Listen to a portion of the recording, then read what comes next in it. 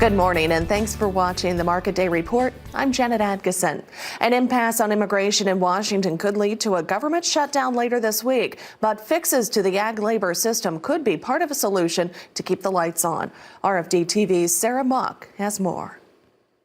Several immigration bills have surfaced this week on Capitol Hill, and one, sponsored by Congressman Goodlatte, has caught the interest of President Trump and the ag community. There are parts of it that we strongly support that would represent improvements in the ag worker program. There are other provisions that fall short of what agriculture needs. The bill includes relatively broad immigration reforms compared to others, and it would replace the current H-2A program with a less restrictive H-2C system. And though ag labor fixes aren't driving the current immigration discussions, the issue is one of many Schlegel hopes can get lawmakers on board.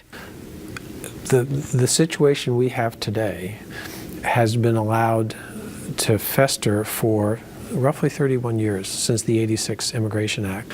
So when we see something like DACA, which has risen to the top of everyone's priorities, we want to say, don't do this without helping us. And for producers in the current farm economy, the stakes are high. In '06, we found that between $5 to $9 billion, with a B, dollars a year of production would be lost if we lost our existing workforce. That figure has only escalated in the years since. We have an existing workforce of several 100,000 people that are not authorized to work here. People blame growers. In fact, the Justice Department, if you go to their website, they will say you are not allowed to question the papers you are offered. So the incentive is for a grower to hire. We point that out to people and say you can't allow this to have gone on for decades and then expect it to change overnight. We need a transition, so that workforce needs to be authorized and legalized. Several alternative bills have also been introduced, but other lawmakers have avoided addressing the ag labor issue. So there's an ag. We're farmers. We want to see an ag component. Yes, we do, but there is an ag component in the Goodlatte bill. As you know, that didn't have enough support to move just on a standalone basis. I mean, there were members that didn't show up to committee that day just so they had to fix the votes to get it done. We want a solution that ag actually supports. We're working on that, but to complicate this issue with another very complicated topic, just not the right time or place.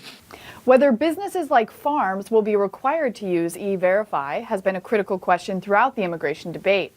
And though Republicans want this requirement, Schlegel says he's received assurances from congressional leadership that it will not be mandatory for agriculture until it's clear that farmers can get the workers they need.